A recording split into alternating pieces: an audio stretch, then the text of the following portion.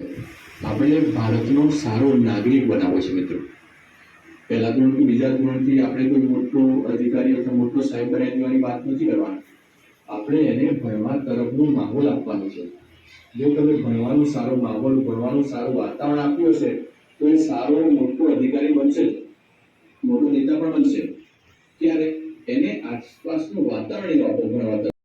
કાર્યરત છું અને આજ શાળાની ભૂતપૂર્વ વિદ્યાર્થીની પણ છું અને આજે આપની સમક્ષ અમારી શાળાનું પ્રતિનિધિત્વ કરવાનું ગૌરવ અનુભવું છું. શિક્ષણ ધન્યવાદ.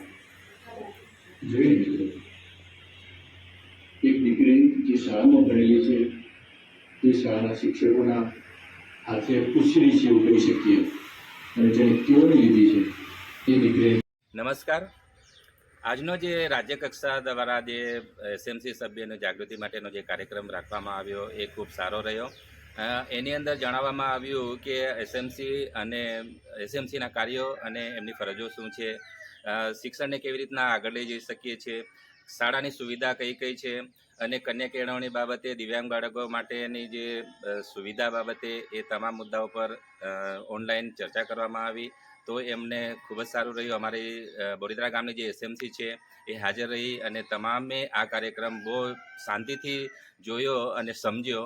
તો ખૂબ ખૂબ આભાર રાજ્ય કક્ષાના આ કાર્યક્રમને. હું વસાવા કંચન, શિક્ષણવદ, પ્રાથમિક શાળા બોરીદ્રા. રાજ્ય કક્ષા દ્વારા આજે એસએમસી ઓનલાઈન તાલીમનું આયોજન કરવામાં આવ્યું.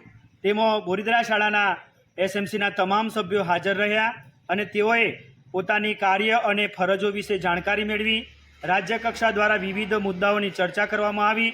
આમ એસએમસી સજાગ, સમૃદ્ધ અને સક્રિય થશે તેવો તમામ એસએમસીના સભ્યોએ સંતોષ વ્યક્ત કર્યો અને ખરેખર મને પણ ખૂબ આનંદ થયો. મુખ્ય શિક્ષક બોરીદ્રા, સભ્ય સચિવ